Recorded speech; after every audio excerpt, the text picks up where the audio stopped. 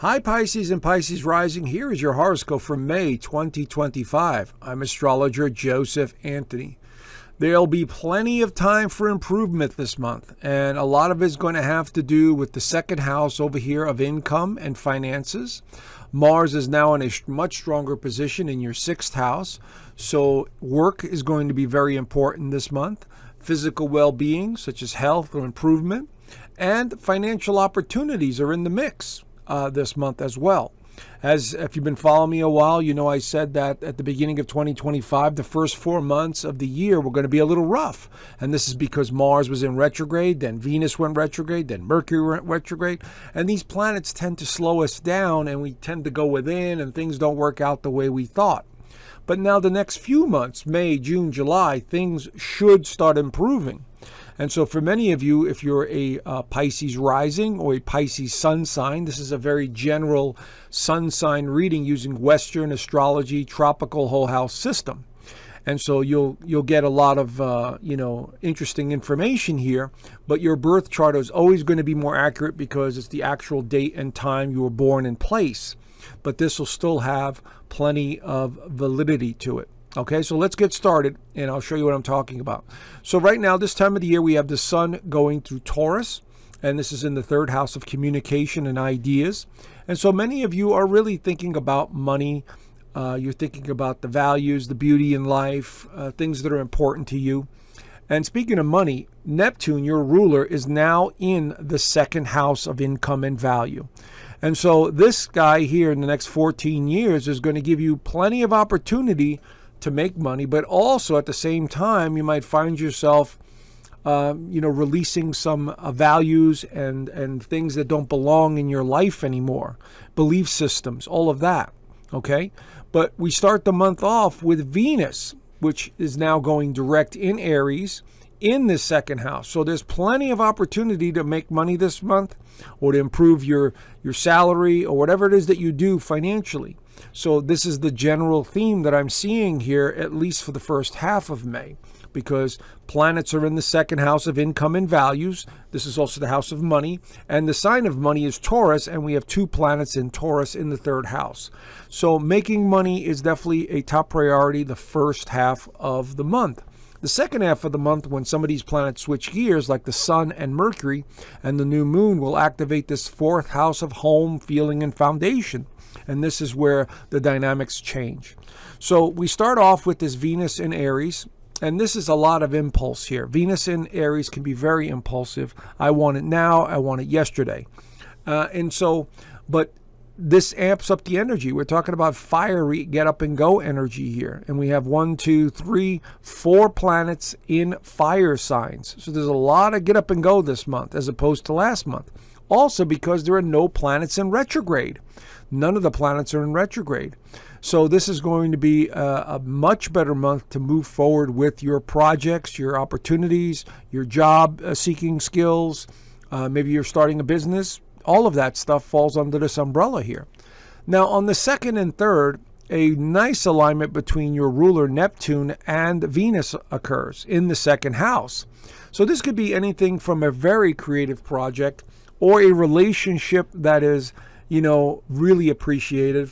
This could be also things pertaining to a partnership of some kind that's not working out too well, and it's time to let go of it. Okay, because Neptune's energy can dissolve things, dissolve ideas, dissolve matters. But for the most part, this is generally seen as an optimistic alignment. Sometimes too optimistic, where we're like, oh my God, this is too good to be true kind of energy. Okay, so, use this energy for a couple of days here as Venus makes her way through the second house in a positive way, through creativity, through spending time in water or nature, through enjoying the simple things in life, because the second house and the Taurus energy, which is kind of the same, it likes the simplicity of things.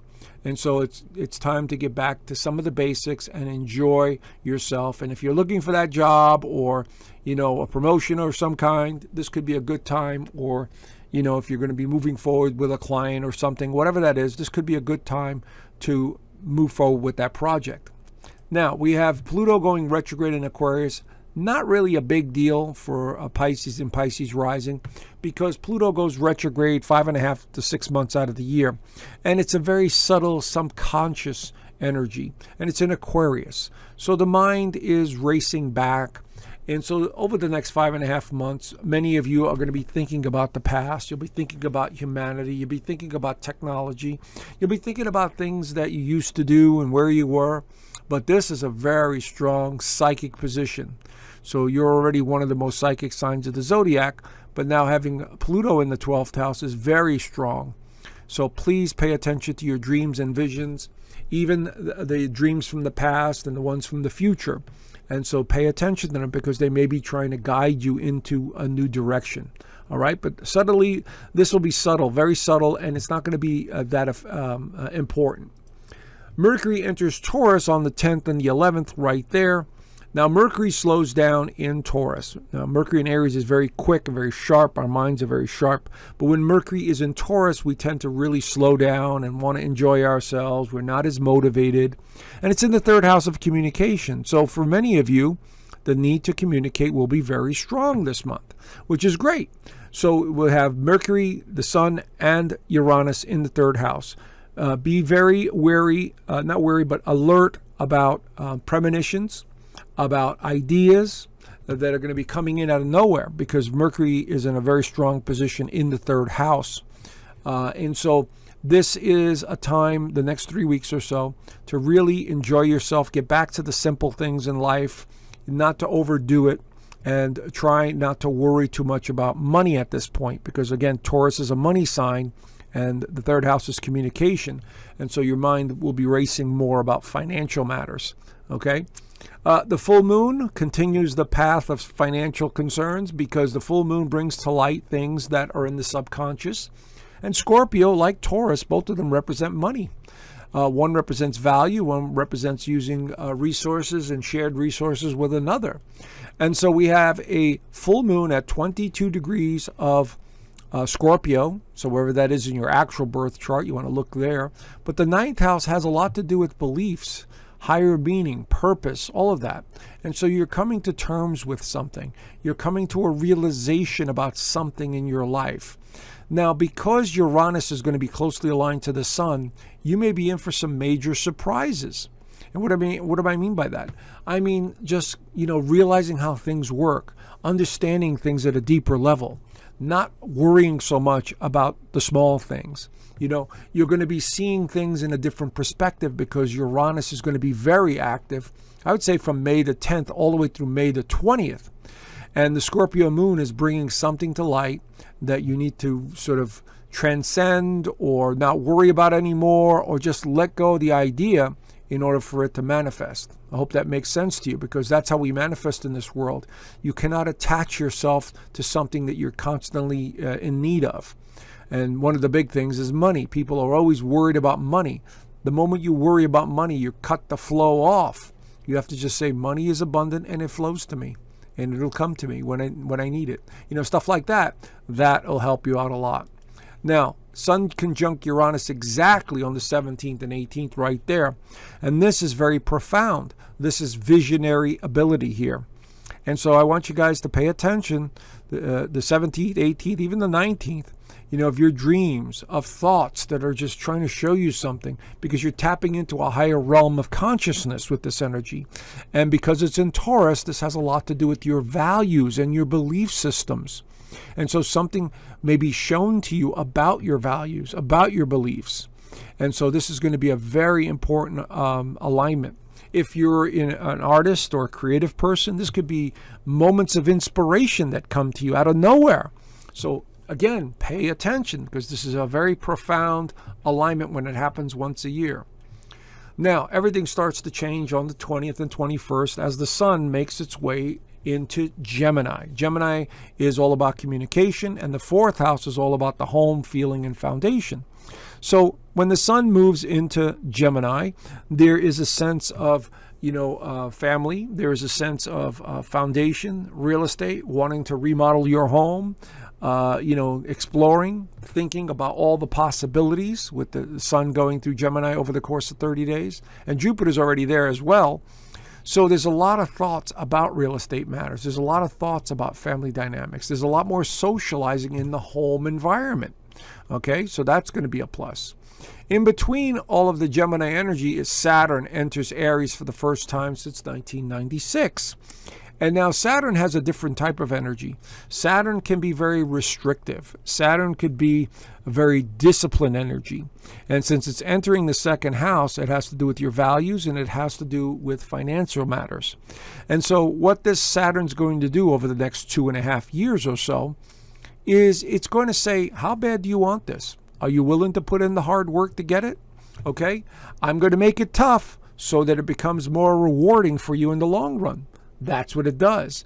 And in the interim, though, Saturn in the second, people tend to worry a lot about money. But somehow, after the Saturn has moved out of the house, people accumulate money because they've been so worried about it that they start accumulating things that they find are going to bring them some security. Okay, but Saturn and Neptune will be together for quite a while. And this could be a very positive time to build something, to create something out of nothing, okay? Because Neptune is about imagination and creativity, and Saturn is discipline and, building. And so this could be a wonderful time to build something new, whether it's a belief system, a new financial future, a house, whatever it is, a business, whatever it is, this could be beneficial, but you're going to have to put the work in, is what I'm getting at with Saturn. The last two transits of the month, we have Mercury going into to Gemini on the 26th right there. Our minds start going through the roof because Mercury in Gemini is very quick. It likes to think about everything. And so this is all, again, about the home, feeling, and foundation. And then the new moon on the 27th is also in Gemini in the 4th house. So we're talking about something to do with the home or remodeling or moving or buying land, whatever. But it also could pertain to family matters. I'm seeing this as a very positive energy coming in for many of you. So, do the best you can. There's a big giant green light for May that says move forward with whatever you want to do. And don't worry about it, okay? And this is going to help you out in that area. So there's the general overview for the month. If you want to know more, I do an extended horoscope in my Inner Circle community, as you can see here. I also do the weekly astrology overview for everyone, and everyone seems to enjoy that. And I teach astrology in the community as well. There's a 6-module course there. And of course, every Sunday we are on a Zoom call and members get to ask me questions. They send me their charts. They ask me questions about it. I answer them. And we have a lot of fun on Sundays. So consider joining it. The community, there's a free 7-day trial. So you could hop in, check it out. And if it's for you, great. Stay a while. And there's no obligation. So there's a link down below. Have a great month, and I look forward to talking to you soon. Bye for now.